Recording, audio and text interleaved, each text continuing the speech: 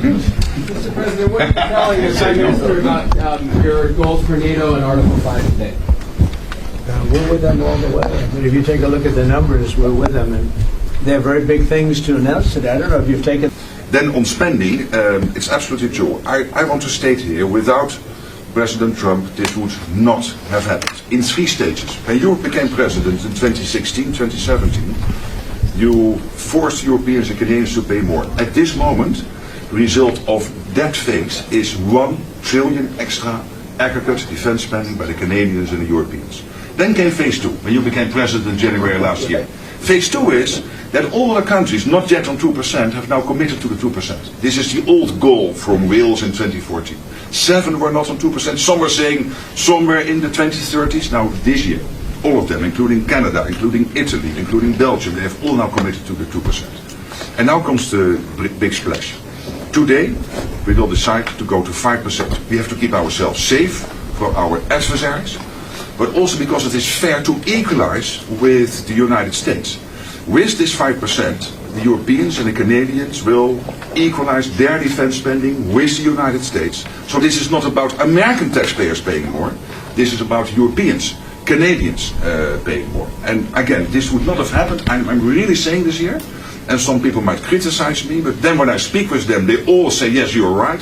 This would not have happened if you would not have been elected in 2016 and re-elected last year and back into office in January. So I want to thank you. Well, thank you very much. It's a great victory for everybody, I think. And we will be equalized very shortly, and that's the way it has to be. And it's going to be a lot of money, too, a lot of defense.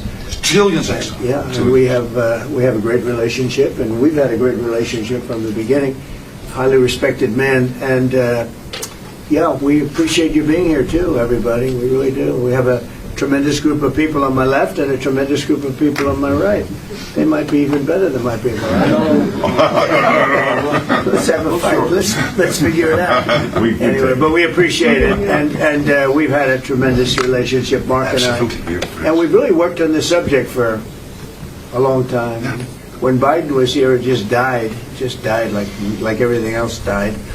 And now it's, you're going to take, I guess, a vote today, right? Absolutely. Today we will decide unanimously to do this. That's my absolute conviction. So we can't talk about it until the vote's taken, because sometimes, strange things happen to it. But I think you're going to I'm not too worried. I think you're going to do very well. Everyone's very happy about it. Go ahead. Yes. Mr. President, how is the Iran-Israel ceasefire going, in your opinion? I think very good. I think very good.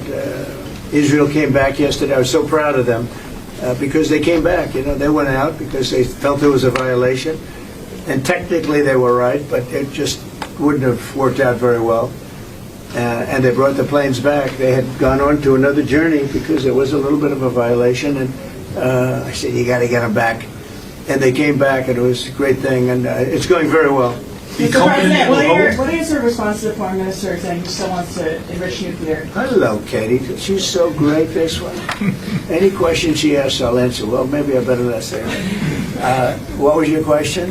What is your response to the Iranian Foreign Minister continuing to say Iran will enrich uranium and pursue nuclear weapons? Well, I don't know if they've said that, but I'll tell you, the last thing they want to do is enrich anything right now. They want to recover. And we won't let that happen, number one. Militarily, we won't. I think we'll end up having somewhat of a relationship with Iran.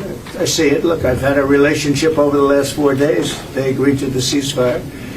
And it was a very equal agreement. They both said, that's enough. They both said it. But no, they won't do that. The last thing they want to do, Katie, is enrich. They're not looking to... They're not... Can you imagine after all that, they're going to say, oh, let's go and do a bomb. There could be a day in the future, and then somebody else taking our place will be saying, don't do it. And maybe they won't do it as well, I don't know. But they're not going to have a bomb, and they're not going to enrich. And we believe all of the stuff is down there. We don't think they had nearly the time, because to get that out is a very difficult thing. It's not like moving a package or taking this carpet up and moving it. It's very difficult. It's very dangerous to do. We believe it's all down there. We had a tremendous victory, a tremendous hit, and because of that, I don't think they would have been down there, because they knew we were coming. When they know we're coming, they're not going to be down in that 30 stories underground.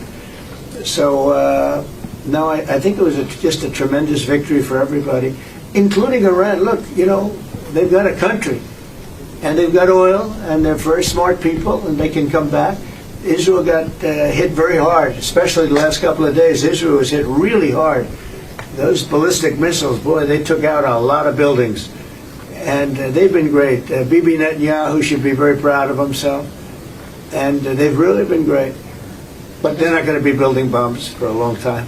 Mr. President, what's your reaction to the intelligence reports saying that the Iranian nuclear sites were only partially devastated, not entirely? Yeah, well, they said it was actually, the report said it could have been they don't know. I mean, they did a report. I could have Pete talk to it because his department did the report. They really don't know. I think Israel's going to be telling us very soon because Bibi is going to have people involved in that whole situation. We hear it was obliteration. It was a virtual obliteration. When you take a look at the ground above, don't forget, the flame is all underground. But everything above, if you look at the before and the after picture, everything above is burned black. The trees, everything. There's one building, but that's a building that sunk substantially into the granite, so that, you know, the fire goes right over it. I believe it was total obliteration. I believe they didn't have a chance to get anything out because we acted fast. If it would have taken 2 weeks maybe, but it's very hard to remove that kind of material. Very hard and very dangerous for them to remove it. Plus, they knew we were coming, and if they know we're coming, they're not going to be down there. There aren't too many people that are going to be down there. Pete, do you have something to say about that? Well, Mr. President, when you talk to the people who built the bombs, understand what those bombs can do, and deliver those bombs, they landed precisely where they were supposed to. So it was a flawless mission. Flawless. Right down where we knew they needed to enter. And given the 30,000 pounds of explosives and capability of those munitions, it was devastation underneath Fordo. And the amount of munitions, 6 per location, any assessment that tells you it was something otherwise is speculating with other motives. And we know that because when you actually look at the report, by the way, it was a top secret report, it was preliminary, it was low confidence. All right, so this isn't, you make assessments based on what you know. And it said it could be very devastating, very serious. Moderate to severe, and we believe far more likely severe and obliterated. Is there So a this is leak a political investigation? motive here. Is there a leak investigation? Of course, we're doing a leak investigation with the FBI right now because this information is for internal purposes, battle damage assessments, and CNN and others are trying to spin it to make the president look bad when this was an overwhelming success. We had a tremendous success, and this is the New York Times. I call it the failing New York Times. It's going to hell. And CNN, which, as you know, very few people are watching. And you would think they'd do the opposite. You would think they'd want to say, this was an unbelievable success. And the thing that hurts me is it's really demeaning to the pilots and the people that put that whole thing together, the generals. That was a perfect operation. And when you look at the holes, and this was done from 52,000 feet, there was no moon, there was no light, and those 3 holes are right together. And also, and nobody talks about this, we shot 30 Tomahawks from submarines, in particular one submarine, but that was 400 miles away. Mm-hmm. And every one of those Tomahawks hit within a foot of where they were supposed to hit. Took out a lot of buildings that Israel wasn't able to get. We took them out with Tomahawks. We don't even talk about that. This was a devastating attack, and it knocked them for a loop. And you know, if it didn't, they wouldn't have settled. If they had won, if we didn't take it out, they wouldn't have settled. Somebody mentioned that to me last night. If that thing wasn't devastated, they would have never settled. Marco, do you have something to say? No, first of all this stuff about the intelligence, this is what a leaker is telling you the intelligence says. That's the game these people play. They read it, and then they go out and characterize it the way they want it characterized, and they're leakers. This is the game they play. So that's number one. Number two, here's a fact. The conversion facility, which you can't do with a nuclear weapon without a conversion facility, we can't even find where it is, where it used to be on the map. You can't even find where it used to be because the whole thing is just blackened out. It's Right. gone. It's wiped out. It's wiped out. Then we dropped 12 of the strongest bombs on the planet right down the hole in 2 places. Everything underneath that mountain is in bad shape. And I refer you to the statement of the IAEA, Mr. Grossi. You know what he said? He said there was Iran, the way it looked the day before the attack, and what their nuclear program looks like now. 2 very different things. They are way behind where they were just 7 days ago. Now, Strikes years or totally obliterate? I think basically decades, because I don't think they'll ever do it again. I just don't think they're going to do it. I think they're going to take their oil, They're going to have some missiles, and they'll have some defense. I think they've had it. I mean, they just went through hell. I think they've had it. The last thing they want to do is enrich. They've been trying to do it. By the way, it's hard to enrich.